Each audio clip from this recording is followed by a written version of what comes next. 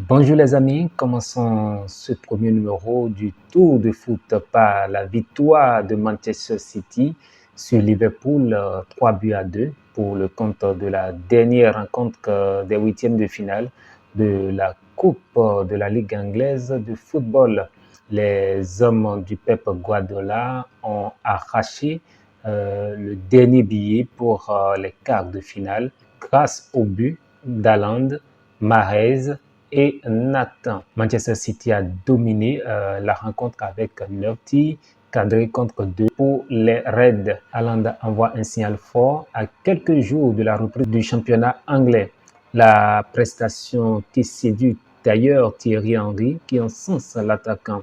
Il est de nouvelle race d'attaquants de la vieille école. Ce qu'il veut, c'est marquer des buts et il le fait à perfection. Voyons ce que donne le programme des quarts de finale. Nous avons Manchester United qui affronte Charlton, Southampton joue Manchester City, Nottingham affronte Wolves et Newcastle sera face à Leicester. Passons à un autre sujet, cette fois-ci avec le gardien de but argentin Emiliano Martinez, qui revient sur le pénalty manqué d'Aurélien Tchouaméni. Je savais que le gamin allait être nerveux, alors je lui ai lancé la balle, je lui ai parlé et il a tout foiré. Tchouaméni qui visiblement s'est attiré la colère de la Fédération française de football après avoir soutenu publiquement Karim Benzema.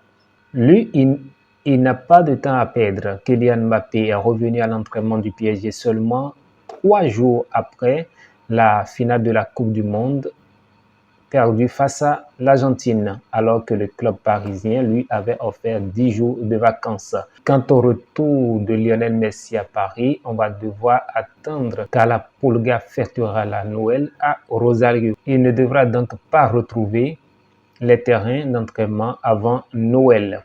Le sextuple Ballon d'Or aurait même demandé au PSG de présenter la Coupe du Monde au public du Parc des Princes après l'avoir remportée en battant la France en finale. On peut craindre une ambiance électrique. Ce qui sera sans aucun doute très électrique, c'est le duel entre Mbappé et Messi qui réalisent tous deux une meilleure saison, mais avec un léger avantage pour Kylian Mbappé. La FIFA n'apprécie pas l'intrusion de Salbé après la remise du trophée de la Coupe du Monde. La FIFA a fait savoir qu'elle compte prendre des mesures.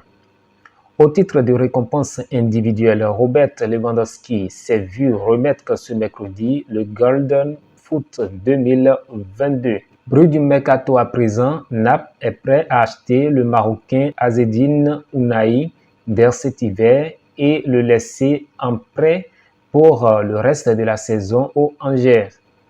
Sa belle prestation à la Coupe du Monde avec les Lions de l'Atlas n'est pas passée inaperçue devant les dirigeants de Naples.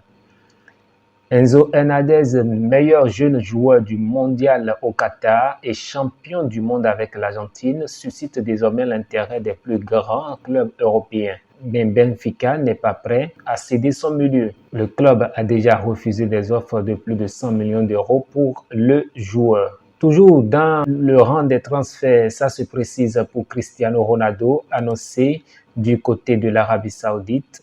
L'officialisation de son arrivée à Al-Nassr ne serait plus qu'une question d'heure.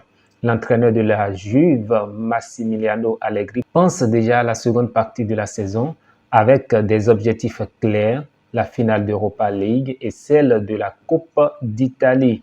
Finissons ce tour de foot avec la révélation d'Ansu Fati qui a dû choisir le Barça au détriment du Real à cause du manque de résidence pour des jeunes joueurs. Avant de signer au Barça, j'ai fait un essai au Real. À cette époque, le club n'avait pas de résidence pour accueillir ces jeunes joueurs. Avec mon père, on a donc décidé que le Barça était la meilleure option avec la Masia, a fait savoir le jeune attaquant des Blaugrana dans une interview. Fin de ce premier numéro du Tour de foot, mais avant de partir, dites-moi en commentaire qui de Mbappé et Messi remportera le Ballon d'Or 2023. À très bientôt pour un autre numéro.